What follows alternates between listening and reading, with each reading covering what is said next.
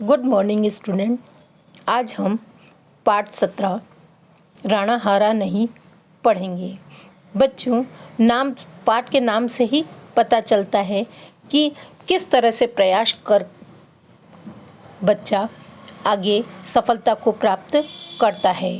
हमारे जीवन में कई कठिनाइयाँ आती हैं, पर कुछ कठिनाई हमारे जीवन की दिशा ही बदल देती हैं।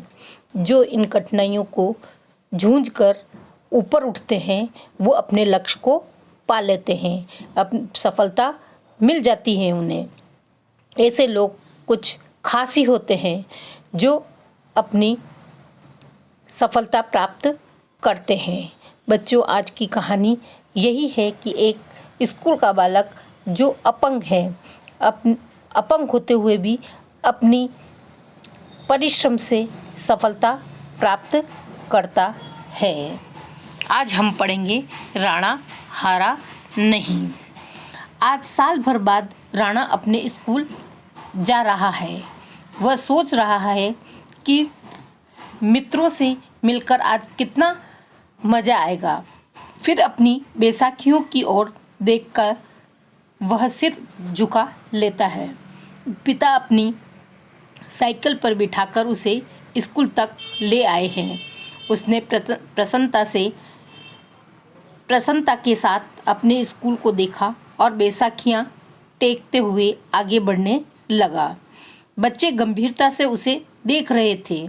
राणा को क्रिकेट के फाइनल मैच का दिन याद आया कि वह मैदान में प्रवेश कर रहा था और लड़के लड़कियां खड़े होकर तालियां बजाकर उसका स्वागत कर रहे थे।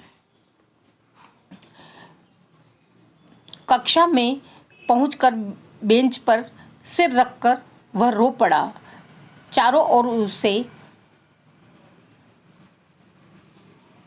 ओर से उसे पोलियो हुआ था। फुसफुसाने की आवाज़ आ रही थी कि क्लास में जब वो पहुंचा तो वह अपना सिर टेबल पर रखकर रोने लगा। चारों ओर बच्चे उसको घेर कर बात कर रहे थे कि इसे पोलियो हो गया है और ये आवाज़ उसके कानों में आ रही थी। तभी क्लास के मॉनिटर राजीव ने स्कूल में अभी ही दाखिल लिया था, वह राणा के पास जाकर खड़ा हो गया। उसने धीरे से राणा का हाथ थपथपाया और कहा, मैंने सुना है तुम स्कूल के सचिन तेंदुलकर हो। आंसू पोंछते हुए राणा बोला, साल भर पहले तक मैं क्रिकेट खेला करता था, अब क्यों नहीं खेलते? राजीव ने पूछा। बात पूछे पिछले साल की है।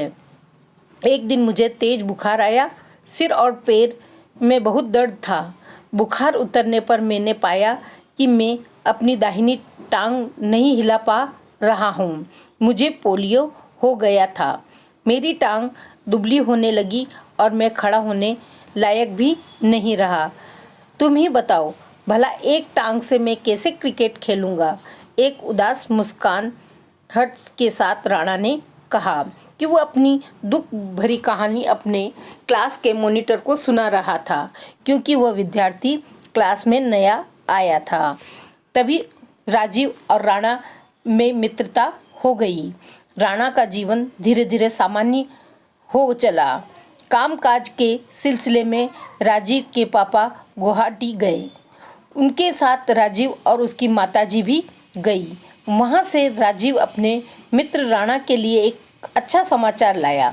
उसने बताया कि गुवाहाटी के प्रसिद्ध नेहरू स्टेडियम में शारीरिक रूप से विकलांग यानी जिनके शरीर का कोई एक अंग न होने वाले व्यक्ति को विकलांग कहते हैं, कि विकलांग खिलाड़ियों के लिए एक खेल महोत्सव का मतलब होता है महान उत्सव, जो मनाया जा रहा था, आयोजन किया जा रहा था, जिसमें देश भर के खिलाड़ी भाग ले रहे थे। इसके लिए वहाँ अभ्यास भी शुरू होने वाला है। यह सुनकर राणा ने उस महोत्सव में भाग लेने का निर्णय किया। अपने माता पिता के साथ बस में बैठकर वह गुवाहाटी पहुंच गया। उन्हें बस स्टैंड से स्टेडियम ले जाया गया। उनके रहने और खाने की व्यवस्था वहीं की गई थी। 3 दिन तक अभ्यास चलता रहा। अभ्यास के दौरान ही राणा की बैटिंग, बल्लेबाजी और बॉलिंग गेंदबाजी की धाक जम चुकी थी। धाक जमना मुहावरे का अर्थ है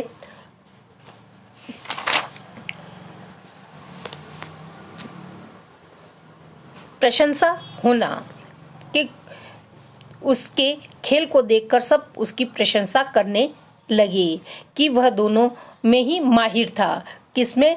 बॉलिंग और गेंदबाजी दोनों में ही लाजवाब खेलता था, कि वह कुशल पूर्वक उन गेम को खेलता था।